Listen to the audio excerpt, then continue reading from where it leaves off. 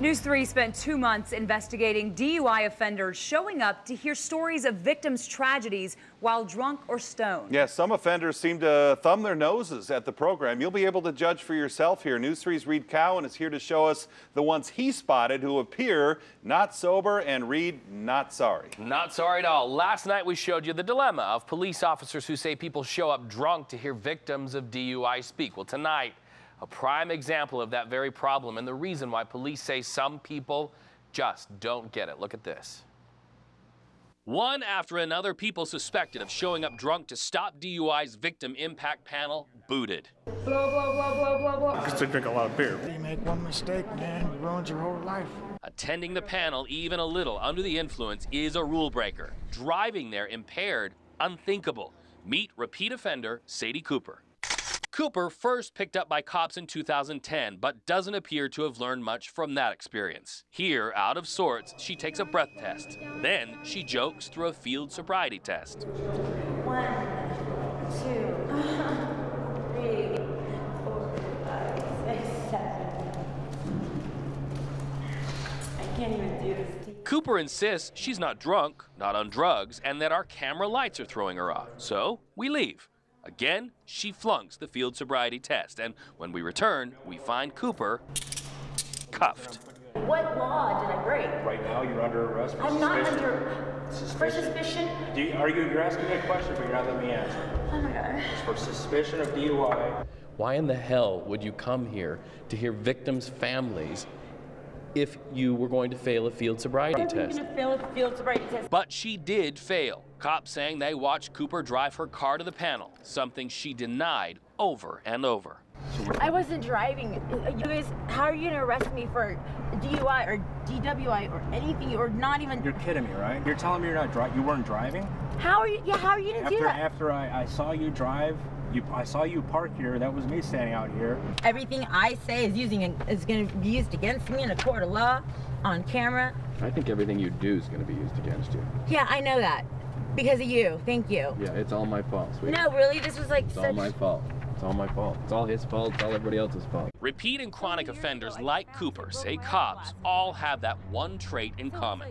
Blaming police, blaming the system, blaming everyone and everything but themselves. Cooper's story changes by the minute. First, she denies taking any drugs. Then she says it's prescription med for headaches. And then, thinking our camera is off, she concedes. Okay. It's weed and just After trying to wiggle out of her handcuffs, cops put Cooper in their cruiser, shaking their heads that anyone would show up drunk or stoned to hear victims speak, and saying people still don't get it. She's given every excuse in the book, and she's not taking responsibility for her own actions. Until she's ready to do that, she won't change.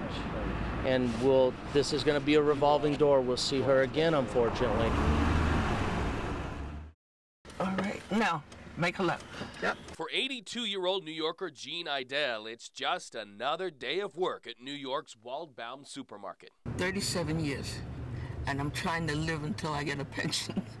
Deli, fish, and the meat department. Miss Idell rarely misses a day of work, but soon she's taking a week off. What her boss doesn't know is that this demure grandma behind the meat counter Lord have mercy. used to be a star. Her story begins when famed choreographer Katherine Dunham discovered Jean, whose beauty made her a quick hit with audiences all over New York, until her very religious mother found out her daughter was dancing nude, marching the budding girl off to church. Reverend Henderson, do you know what? This child is dancing. And he said to me, go on, child, be another Lena Horne. And she did. With her trademark ostrich feather tease routine, Jean Idell became the star attraction at Minsky's Theater in Chicago, later touring the world with major stars of the stage and screen. The girl from Brooklyn, front and center, nude, performing for white audiences at the height of segregation. The proprietors were nervous and afraid to hire me, afraid someone would get that completely out of line because they were afraid that someone in the audience wouldn't accept me and try to hurt me or harm me. So, coast to coast, under the watchful eye of a bodyguard, Jean performed and earned today's equivalent of $300,000 a year. What's so shocking, I was the only black with an all-white review in places all over the United States. Health and education, they forget all about your color. But after years of magazine covers, Miss Idell left the stage lights, choosing to raise a family. Her trademark feathers tucked away in a box in the attic. And there they stayed until the Burlesque Hall of Fame found Miss Jean and flew her to Vegas to perform for the first time in 5 decades. The performer entering the theater and taking to it like a fish to water. Get going, girl. Get busy, girl. Move it. Come on, baby. Miss Idell not a bit afraid of taking to the stage. It's up to me and me alone to keep getting up. If you don't use it, you lose it. You know, you're going on the big stage tonight, man. I don't know if I deserve it, but I think I've been a good girl. The shoes on, the feathers in hand, and soon, Miss Idell is in the wings. Please welcome to the stage and give her a huge, huge welcome, Miss Jean Idell.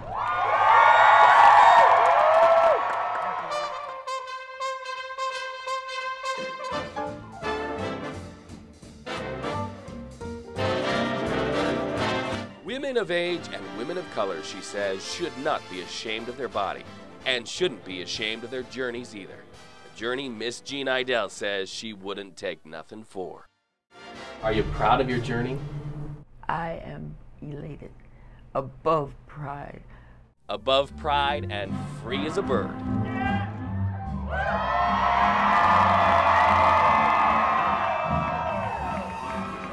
The crowd once again wild as for a moment, Miss Idell is a star again.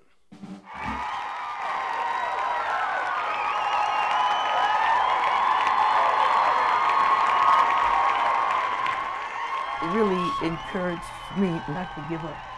Because sometimes I think, oh, you're foolish. Why don't you retire and go sit in the corner? You're over, you know.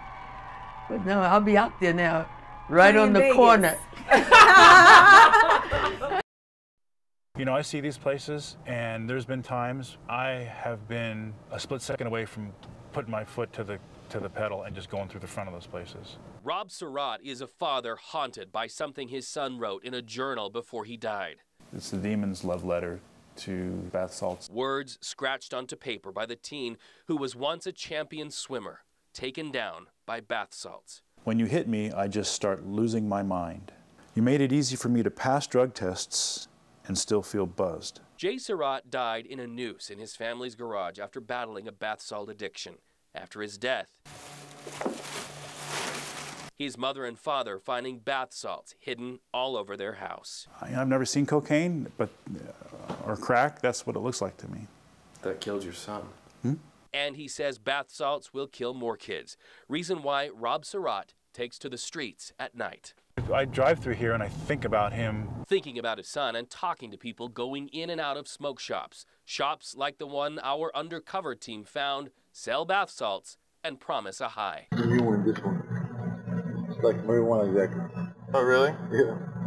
This store owner admitting he can't sell it because it's off the market, only to have his employee point out he has some to sell. Listen to this. We can't sell them, actually. This one is in the market now. Right now. That is when Surratt and News 3 enter. Did you just try to sell bath salts to my photographer? Do you sell them here? We sell them everywhere. Under fire, the store owner backtracks on his story, denying that he ever promised bath salts would get our undercover man high. You didn't tell him that what you're selling on the counter is like pot. You didn't say anything to that effect. Okay, you didn't say it would get him high. No. But he did, and we have the proof. You win this one. It's like marijuana exactly. Oh, really? Yeah. If his son were Jay, he might look at it a little bit differently. The killing of youth. I don't know how he can sleep at night, but he does. This is kind of the handiwork that came from such a tough tragedy. Yes, you know, it took, unfortunately, our daughter passing away for people to really realize that this area is a problem. After months of mourning the loss of little Mia Decker, Her mom, Michelle Terry, along with this close-knit North Las Vegas community, raised money to install these extra signs and these flashing lights, the hopes that the tragic accident that took Mia's life would never happen again. All right, so let's try this. All right. Good. This is good to see these people stopping, isn't it? Thank you guys. Except for you. Oh my gosh, even still. Wow. What just happened, almost too emotional to bear. Mia's mother, her sister, and myself hit the newly designed crosswalk. We began crossing, and in the exact same lane and fashion as her little daughter got hit and killed, a truck sped past 3 other stopped cars. If we had been just feet ahead, we would have been hit. Am I right? Isn't that the same lane where she ran? What we just saw was almost the exact scenario. It was the same lane. Yep. Whew. Yeah. And I've had this very, very often. This has happened over here to me. Yeah. And usually it's the same lane, and that's the Yeah. part that scares me. Yeah, because the people on the other side stopped, just like they did with your daughter, and that one person just kept going. So while there could be anger, frustration, or even rage, instead, there was just this heart-clenching, somber sadness. Because on the day when Mia Decker's legacy was remembered with steps towards caution, front and center, we saw there is still much more work ahead. You know, you've seen on the news constantly that somebody is getting hit, they're not dying, or sadly they're passing away, and those are things you never want to have to read about, because it makes you, as you know, as a parent that this has already happened to, you relive it all over again.